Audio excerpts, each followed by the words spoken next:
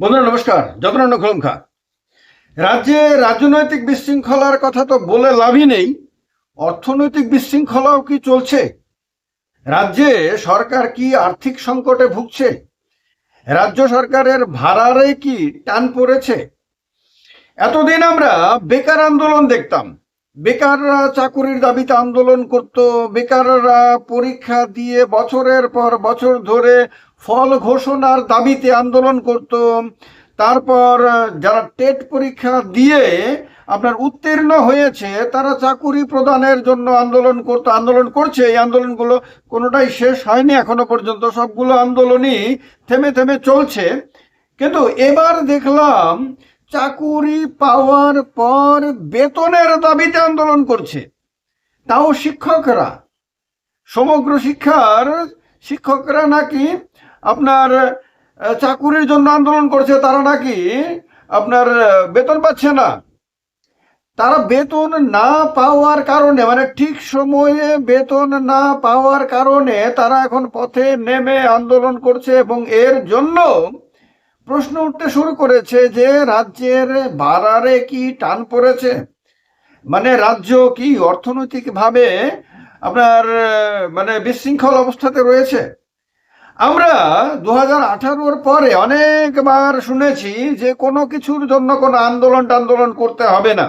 রাজ্য সরকার মানুষের গার্জিয়ানের মতন, অভিভাবকের মতন, বাড়িতে যেমন অভিভাবকের কাছে আন্দোলন করতে হয় না, দিতে হবে এইরকম করতে হয় না, অনশন করতে হয় না, আপনার কিছুই করতে হয় না, ধর্ণা টর্ণা দিতে হয় না। বাড়ির গার্জিয়ান সময়ে সময়ে যেটা যার জন্য যা করার তা করে দেন।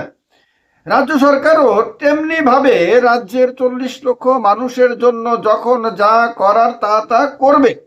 আর করবে বলে মানুষের আন্দোলন করার কোনো দরকার নাই, ধর্ণা টর্ণা করার কোনো দরকার নাই, বিক্ষোভ টিক্ষোভ দেখানোর কোনো দরকার নাই। শুধু নিজের কাজ করো বা ঘরে বসে অপেক্ষা করো, সরকার সময়ে সময়ে সবকিছু করে দেবে। এরকম কথা বহুবার আমরা শুনেছি, কিন্তু বিভিন্ন নেতাদের মুখে। কিন্তু বাস্তবের অভিজ্ঞতা কি? বাস্তবের অভিজ্ঞতা হলো, যেখানে রাস্তা নষ্ট হয়ে গেছে সেখানে মানুষ চিৎকার করলেও রাস্তা ঠিক হচ্ছে না বলে অভিযোগ। যেখানে পানীয় জলের সংকট সেখানে পানীয় জল পাচ্ছে না বলে অভিযোগ। কোথাও মানুষের বাড়ি ঘরে আপনার সাপ্লাইয়ের জন্য নল ঢুকিয়ে দেওয়ার পরে সেখানে জল দেওয়া হচ্ছে না বলে অভিযোগ। বেকারদের চাকরির কথা তো বলে লাভই নাই। এখন তো শাসক দলের যুবক যুবতীরা পর্যন্ত ফেসবুকে এসে, অন্যান্য সোশ্যাল মিডিয়াতে এসে তারা ঘোষণা দিয়ে দিচ্ছে। অনেক সময়ে দেখা যাচ্ছে যে আর না, অনেক হয়েছে, 18-তে দেখেছি, 23-এ দেখেছি, আর 28-এ আর দেখব না। কারণ এইভাবে যদি দল করার পরেও দিনের পর দিন পরিশ্রম করেও জিন্দাবাদ জিন্দাবাদ স্লোগান দেওয়ার পরেও অমুককে যশস্বী তমুককে মহান বলে চিৎকার করার পরেও যদি একটা চাকুরি না জোটে, এবং অনেক ক্ষেত্রেই চাকুরি দিলে পরে যদি তাদের ঘরে চলে যায় যাদের বিরুদ্ধে লড়াই করে এই জায়গায় আসতে হয়েছে, তাহলে আর পরিশ্রম করে লাভ নাই। অনেকে এই ধরনের অভিযোগ বিভিন্ন সময় সোশ্যাল মিডিয়াতে করেছে। আর সোশ্যাল মিডিয়া এমন একটা জায়গা যেখানে মানুষের মনের কথা প্রকাশ করা যায়, আর প্রাণের কথা প্রকাশ করলে পরে বাদ বাকি দুনিয়ারও মানুষের মনের কথা শোনা যায়, দেখা যায়, বোঝা যায়। তো তার কারণে রাজ্যের মানুষ বিভিন্ন জায়গা থেকে এটা বুঝে গেছে যে হ্যাঁ ভাই, সেই সমস্ত ছেলে মেয়েরাও এখন অসন্তুষ্ট যারা অনেক আশা নিয়ে পরিবর্তন ঘটিয়েছিল। তাহলে অন্যদের কথা ভাবুন একবার। এবার কথা হলো, এই যে সব করে দেব, আন্দোলন করতে হবে না, এই যে বিভিন্ন নেতাদের প্রতিশ্রুতি এই ধরনের, তার পরিণতি যে এই রকম হবে সেটা ওই সময়ে কেউ ভাবতে পারেনি। কেউ কেউ তো এমনও কথা বলেছিল যে আপনার এর দাবি টাবি করলে পরে আপনার একদম ঠিকঠাক করে দিতে হবে, এগুলি আর বিস্তারিত না হয়। নাই বললাম, আপনারা সবাই জানেনই। তো এরকম বিভিন্ন সময়ে বিভিন্ন জন এরকম বলেছে। আন্দোলনের তার মানে দরকারই নাই। আন্দোলন করার কারণে 10,323-এর শিক্ষকরা যারা ছাত্রদেরকে পড়াতো, তাদের কাছে আপনার শিক্ষাগুরু, সেই শিক্ষকরা রাস্তার মধ্যে, ছাত্ররা তা দেখেছে যে তাদের শিক্ষকরা পুলিশের লাঠির বাড়ি খেয়েছে, তারা তাদেরকে টেনে হিচড়ে ধর্ণা মঞ্চ থেকে বের করে দেওয়া হয়েছে, কখনো তাদের ধর্ণা মঞ্চ ভেঙে দেওয়া হয়েছে, এগুলি সব দেখেছে। তখন অনেকে মনে করেছিল হ্যাঁ ফালতু কি আন্দোলন ভাই, সবকিছু তো করেই দেবে বলেছিল। কিন্তু সবকিছু কি হয়েছে? আর সবকিছু কি ডিসিপ্লিনড অবস্থায় হয়েছে? রাজনৈতিকভাবে, আমি তো বলেইছি শুরুতে, রাজনৈতিকভাবে বিশৃঙ্খলা শৃঙ্খলা এগুলি আলোচনার কোনো অর্থই নাই। কারণ রাজনৈতিক অবস্থা কি আছে, মানুষের মধ্যে কি রকম হিংস্রতা বাড়ছে অনেক ক্ষেত্রেই, সেটা মেলা মেলা ঘরের ঘটনা। আর সাম্প্রতিক যে আপনার এদিকের শহর উত্তরাঞ্চলের ঘটনা, এগুলি থেকেই পরিষ্কার। এরকম আরো অনেক ঘটনা বিভিন্ন জায়গাতে ঘটছে, যেগুলো নিয়ে মানব সভ্যতার চিন্তিত হওয়ার মতন বিষয় রয়েছে, যে কেন এত হিংস্রতা।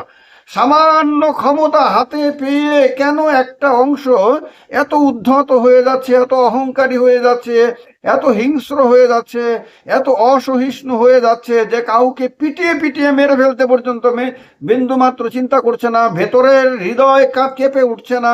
এবং এইগুলি দেখে আপনার ক্ষমতাসীন অন্যান্য যারা রয়েছে, যারা সুন্দর সুন্দর গাড়িতে সুন্দর সুন্দর ড্রেস পরে সুন্দর সুন্দর নাদুস নুদুস দেহ চেহারা নিয়ে ঘুরে বেড়ায়, মহান দেশের মহান নেতা জিন্দাবাদ জিন্দাবাদ করে তাদের অনুসারীরা, তারা একটা বারও তাদের হৃদয়ের মধ্যে কোনো স্পর্শ হয় না, স্পন্দন হয় না। তারা একটা বারও কেউ প্রকাশ্যে এসে বলে না যে না এগুলি ঠিক না, এগুলো যারা করে তাদের বিরুদ্ধে ব্যবস্থা নিতে হবে। কারোর মধ্যে সেই দম নেই, কারোর মধ্যে সেই সাহস নেই, কারোর মধ্যে সেই মানবিকতা নেই, কারোর মধ্যে সেই মানুষের প্রতি দায় দায়িত্ব নেই, যে কোনো জায়গাতে অন্যায় হলে সেই অন্যায়ের বিরুদ্ধে আওয়াজ তুলবে, সেই অন্যায়ের বিরুদ্ধে কথা বলবে এবং মানুষকে আশ্বস্ত করবে যে চিন্তা করো না, আমাদের কাছে যেমন তোমরা ক্ষমতা দিয়েছো, তেমনভাবে এই ক্ষমতাটা তোমাদের দুর্দিনে, তোমাদের বিপদের দিনে তোমাদের স্বার্থে আমরা ব্যবহার করার মতন আমরা মানসিকতা রাখি। এই কথাটা বলার মতন পর্যন্ত কেউ নেই। এই রকম অবস্থাতে শেষ পর্যন্ত অর্থনৈতিক ক্ষেত্রেও বিশৃঙ্খলার অভিযোগ উঠতে শুরু করেছে। তার মানে কি, রাজ্যের ভান্ডারটা, যে ভান্ডারটা লক্ষ লক্ষ মানুষ বিশ্বাস করে মানে একটা গ্রুপের কাছে দিয়েছিল, সেই ভান্ডারটাও কি ঠিকভাবে পরিচালিত হচ্ছে না? মানুষের যে করের টাকা, পরিশ্রমের টাকা, ট্যাক্সের টাকা, সেটাকে ঠিকভাবে খরচ করা হচ্ছে না। তার কারণেই কি আপনার এবার বেতন দিতেও কষ্ট হচ্ছে। আর যদি একটি দপ্তরের একটি অংশের শিক্ষকদেরকে আজকে বেতন দিতে কষ্ট হয়, তাহলে অন্যান্য দপ্তরের অন্যান্য কর্মচারীদেরও তো আগামী দিনে বেতন দিতে কাল ঘাম ছুটে যেতে পারে। তাহলে রাজ্যটা কোন দিকে যাচ্ছে? রাজ্যের অবস্থা কি অবস্থায় আছে? রাজ্য কি বড় ধরনের আর্থিক সংকটের দিকে এগোচ্ছে মনে হয় আপনাদের? জানান কমেন্ট বক্সে কমেন্ট করে সাহসের সঙ্গে। ভালো লাগলে লাইক করবেন, শেয়ার করবেন, আর চ্যানেলটাকে সাবস্ক্রাইব না করে থাকলে সাবস্ক্রাইব করবেন। যত নড়ে খোলঙ্খা, সবাইকে নমস্কার।